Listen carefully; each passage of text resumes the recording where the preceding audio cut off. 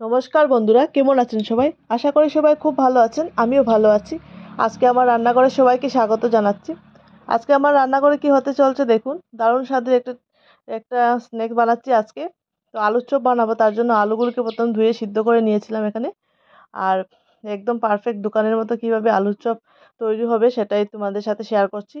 আর খুবই ভালো লাগে খেতে, মুচমুচে সন্ধ্যার টিফিনে জাস্ট জমে যায়। প্রথমে আলুগুলোকে সিদ্ধ করে একটু ম্যাশ করে নিয়েছি। আর এখানে রয়েছে পেঁয়াজ কুচি, আর ধনেপাতা কুচি, আর রয়েছে কাঁচা লঙ্কা। আর একটা শুকনো মশলা করে নেব, সেটার মধ্যে রাখবে আমার গোটা জিরে, গোটা ধনে আর শুকনো লঙ্কা। সেটা দিয়ে আমি একটা মশলা করে নেব। প্রথমে আমি নিয়ে নিচ্ছি এখানে। এবার আলুগুলোকে দিয়ে ভালো করে মিশিয়ে নিতে হবে পেঁয়াজের সাথে। পেঁয়াজ এবং রসুন বাটাটাকে একটু ভেজে ভালো করে মিশিয়ে নিতে হবে। আর সাথে মিশিয়ে এখানে শুকনো মশলা মিশিয়ে নিতে হবে। এখানে আমি 1 চামচ নুন দিয়ে দিয়েছি আর 1 চামচ হলুদ দিয়ে দিচ্ছি। দিয়ে ভালো করে এটাকে মিশিয়ে নেব আলুর সঙ্গে। একটু সময় ঢাকা দিয়ে এভাবে রান্না করে নেব। আর হালকা একটু জল দিয়েছিলাম, আর একটু এখন দিয়ে দিচ্ছি আমি কাঁচা লঙ্কা দিয়ে দিচ্ছি, আর যে মশলাটা করে রেখেছিলাম স্পেশাল মশলা, সেই মশলাটা দিয়ে দিচ্ছি। দিয়ে ভালো করে মিশিয়ে নিতে হবে। আর এখানে দিয়ে দেবো, আর আমি এখানে অ্যাড করবো এখানে ফ্রেশ ধনেপাতা, অল্প কুচানো ধনেপাতা দিয়ে দিচ্ছি। আর এদিকে একটা ব্যাটার তৈরি করে নেব, যার জন্য আমি বেসন নিয়ে নিয়েছি এখানে। বেসন এখানে 5 চামচের মতো নিয়ে নিয়েছি। আর 1 চামচ হলুদ গুঁড়ো, 1 চামচ নুন, আর 1 চামচ যে মশলাটা বানিয়ে রেখেছিলাম সেই মশলাটাই দিয়ে দিচ্ছি। আর সবশেষে এখানে আমি বাদাম দিয়ে দিয়েছি। আমি একটু বাদাম দিয়েছি, বাদাম দিয়ে সেটাকে আমি ঢেকে রাখলাম। একটু থালের মধ্যে নামিয়ে নিলাম।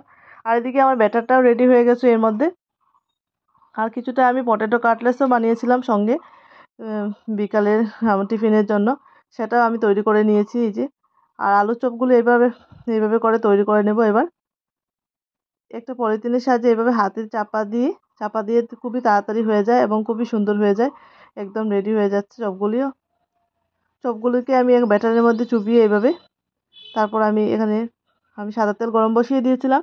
সেই তেলের মধ্যে আমি প্রথম ফ্রাই করে নিচ্ছি চপগুলি। এখানে মিডিয়াম টু লো এর মধ্যে এটা হালকা আছে ভেজে নিতে হবে, যাতে ভিতরটাও সুন্দরভাবে কুক হয়ে যায়। আর দেখতেই পাচ্ছেন কত সুন্দর একটা কালার চলে এসেছে। আর এইভাবে যখন একটা কালার চলে আসবে তখনই এটা নামিয়ে নেব। একদম ফুলকো ফুলকো দোকানের মতো মুচমুচে চপ একদম রেডি হয়ে যাচ্ছে আমার। আমি আর কাটলেটগুলোও ভেজে নিচ্ছি। আলু চপ ভাজার পর কাটলেটগুলোও ভেজে নিচ্ছি। আপনারা যদি কাটলেটের রেসিপি চান আমি অবশ্যই আমাকে বলবেন, আমি শেয়ার করব তোমাদের সাথেও। আর এখানে আমি মুড়ি মেখেছিলাম সন্ধেবেলা টিফিনের জন্য। একটু মুড়ি মাখার সাথে চপ হলে বেশ দারুণ লাগে খেতে, জমে যায়। তো আমি এখানে চপ নিয়ে নিয়েছি মুড়ির সাথে। আর কাটলেটটা নিয়ে নিয়েছি সসের সাথে পরিবেশন করব, একটু টমেটো সস দিয়ে আমি সাজিয়ে নিচ্ছি। আর এই যে আজকে রেডি আজকে সন্ধ্যার টিফিন। কেমন লাগছে অবশ্যই বলবেন। যদি ভালো লাগে তাকে অবশ্যই লাইক শেয়ার কমেন্ট করবেন। Thank you.